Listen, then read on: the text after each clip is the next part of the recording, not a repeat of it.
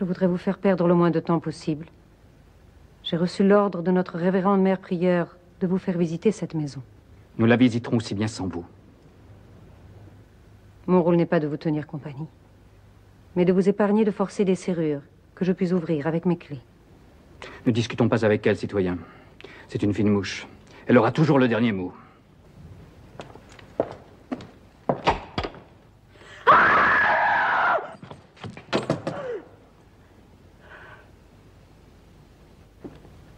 Citoyenne, je vous somme de me dire depuis combien de temps cette jeune personne est séquestrée ici. Je pense, monsieur, que vous devez le lui demander vous-même. Elle semble avoir perdu jusqu'à l'usage de la parole. Ne croyez-vous pas l'avoir terrorisée en entrant? Croyez-vous que votre apparence et votre tenue n'ont pas de quoi l'émouvoir? Citoyen Monstrelet, ne vous laissez pas prendre à ces ruses. La jeune citoyenne s'expliquera tout à l'heure devant la municipalité. Votre ordre de perquisition ne saurait vous donner aucun droit sur les personnes.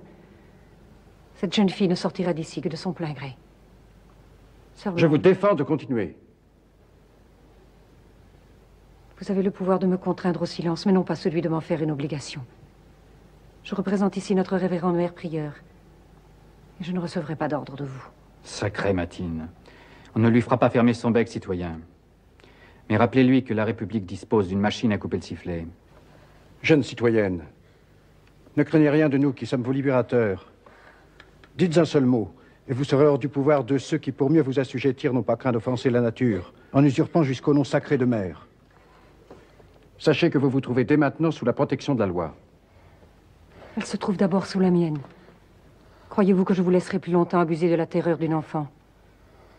Je me garderai bien d'user d'un langage que vous ne pouvez pas comprendre. De ce qui nous retient ici et nous y maintient unis jusqu'à la mort, vous ne savez rien. Ou si vous l'avez su, vous l'avez sans doute oublié.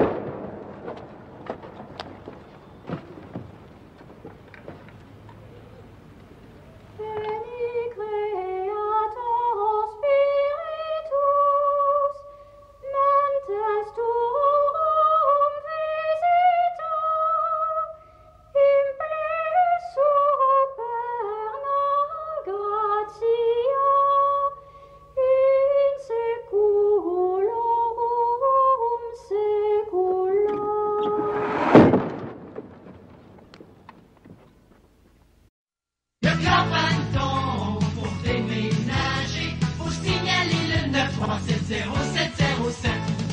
Bien le bonjour tout le monde. Nouveau décor high-tech.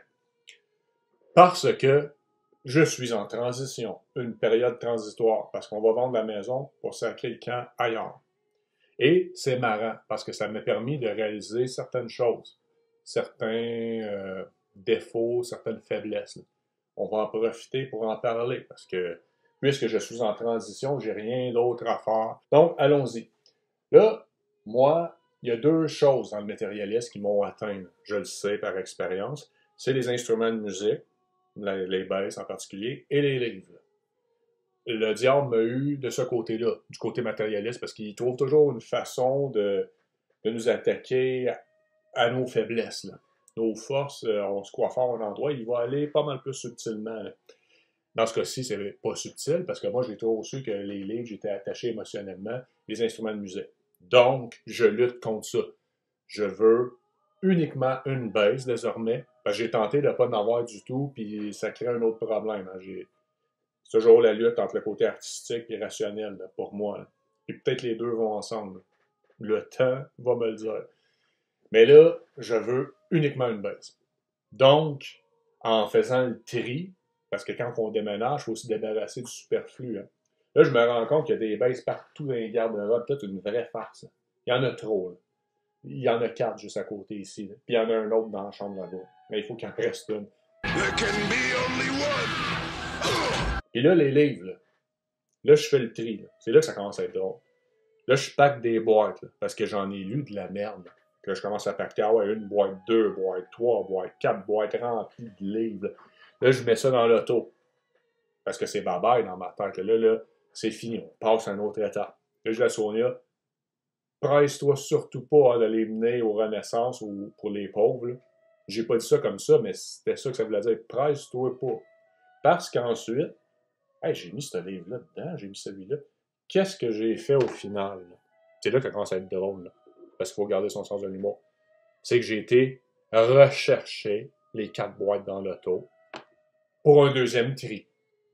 Puis ça m'a fait totalement penser à ma mère dans le temps, parce qu'elle m'avait raconté l'histoire. Elle, c'était une fumeuse. Moi, je n'ai jamais fumé, mais ça a l'air que c'est un vice qui, parmi les plus difficiles à se débarrasser. Puis elle m'avait dit, elle a réussi finalement en passant à arrêter, mais ça a été très difficile. Une de ses tentatives, là, qui avait échoué, elle avait pris son paquet là, de cigarettes. Là, elle l'avait jeté dans un ruisseau, genre de marécage. Là, tiens, toi, maudite cigarette, c'est fini. Elle revient chez elle. Et qu'est-ce qu'elle fait? Elle est retournée à 4 pattes chercher dans l'eau stagnante son paquet de cigarettes afin de le fumer. Puis elle disait exactement, elle était esclave de la cigarette. Comme on est esclave de nos vices, dans le fond. C'est pour ça que c'est une lutte de chaque instant. Là. Mais moi, à l'époque, là, je dirais, hey, moi, là, l'orgueilleux que je suis, pas mal plus de volonté que ça. Là. Je suis réputé pour ma volonté. J'aurais jamais fait ça. Je m'aurais pas abaissé à ce point-là. Alors que je viens de le faire, mais version livre. Ça m'embête un peu, ça. Lutter contre le monde, c'est pas évident. Bref. Là, j'en viens dans mon tri. Là. J'avais ce livre-là, ici, hein, les Amérindiens. Là, je feuille ça, parce que c'était très pénible. Moi, je suis attaché émotionnellement au livre. Là. Ça me rappelle des tranches de vie. C'est pour ça que c'est pas évident. Là, j'ouvre une page, puis là, je vois ça. Bordel, c'est moi, ça. Regarde là. Ceux qui m'avaient connu quand que j'avais 17 ans, qu'on m'appelait Agagut, là. Hey, c'est moi, ça. Puis là, je veux toujours la confirmation. Je demande à mon cousin, la personne qui m'a le plus connu dans ma vie, c'est-tu moi qui capote ou c'était moi à 17 ans? Puis il m'a répondu, on dirait un deep fake. Donc, ça confirme que mes racines amérindiennes sont réelles. On le voit génétiquement, puis ça m'amène à l'autre sujet, qui est dans le fond pratiquement le but du vidéo. Là. C'est que moi, ça m'a toujours peiné, pas tourmenté, mais je me suis toujours demandé de quelle tribu mes ancêtres étant grands-parents faisaient partie. Puis j'ai jamais su, parce qu'à l'époque, là, c'était pas vraiment important. Tu étais marié à une sauvagesse, ou un sauvage, puis c'était tout. Hein. Le reste, on s'en fout. Tu sais, ma belle coupe de cheveux, là, ici, en passant, là, c'est un genre d'hommage à mes ancêtres. Là. Parce que la vie s'est chargée de me scalper naturellement, génétiquement. Je peux pas avoir un mohawk complet. Je sais pas si je vais avoir droit à la couronne, la grâce d'avoir la couronne du Marseille, mais chose est certaine. J'ai la couronne du viril. Puisqu'on parle des Amérindiens, ça m'amène à un autre sujet qui est directement lié. Quand on va sur la rive sud, là, on traverse le Saint-Laurent, il y a un endroit où on passe par la réserve de Kahnawake. Là. Quel triste endroit. Moi, je sors de là à tous les coups là, en dépression pratiquement parce que tu vois que du vice. Là. Des cabanes de cigarettes, des casinos, puis la mort d'un peuple. Le génocide amérindien, tu vois les derniers vestiges. Là. On est dans une tristesse. Totalement d'une tristesse. Puis, quand on passe un petit peu plus loin, ça c'est juste une étape, hein, parce que le même esprit qui a créé le génocide amérindien, qui est très bas, là, crée le génocide, on va dire, occidental. Et de l'humanité, de la création en entier, au final. Là. C'est le même esprit. Là. Mais là, on a une petite photo en temps réel quand on passe par Kahnawake, par les autres réserves Mohawk. Je vois pas là. Je sais qu'il y a le Beach Club dans ce coin-là. Je passe pas par là. Mais c'est toujours des tristes endroits. Puis, dans ma famille, j'en connais aussi, hein, des pratiquement pur sang amérindiens. Puis, il y a trop de quoi de triste là-dedans. Donc, c'est ça, les fruits de cette transition. Ça me fait penser à ce genre de choses. Là. Au passé, on n'a pas le choix. Là, quand une transition, c'est une étape fatidique, parfois inéluctable. On doit passer par là. Puis quand on passe par là, on pense souvent à notre passé. Plus on vieillit, on pense plus à notre passé. Puis on devrait penser aussi aux péchés qu'on a commis et qu'on commet encore. Là. La lutte, c'est toujours une lutte. Hein? C'est une vallée de larmes et de combats. Il faut en être conscient. Mais c'est ça que cette transition-là, ça me fait penser un petit peu à ça. Là. Puis là, j'ai des réminiscences, des chansons d'un grand groupe québécois là, qui a passé sous le radar, parce que c'était des Amérindiens, je pense, de Cachetine. Là. Il y a quelque chose dans leur chant là, qui représente justement le... Là, c'est subjectiviste totalement ce que je dis, mais selon moi, je ressens ça quand j'entends leur chant. Là. En Innu, je crois, là. Tu sais, des genres de tristesse, mélancolie, même dans leurs chansons, ça me donne des frissons. Je le ressens, ça. Je sais pas si c'est parce que j'en ai dans le sang, là. Mais je comprends pas leur langue. Hein. Je sais que Arikana, la tonne qui va jouer ensuite, là, ça veut dire la longue route. Là. La route vers le paradis est longue et pas évidente. Hein. Le reste de la chanson, je ne sais pas. Peut-être qu'il parle que les tomates sont bonnes en été quand il y a une pluie abondante. Je ne sais pas, je parle pas Innu. Là. Quelqu'un qui parle pourrait me la traduire. Je n'ai pas trouvé la traduction. Là. Mais disons que je sens bien cette tragédie amérindienne. Là.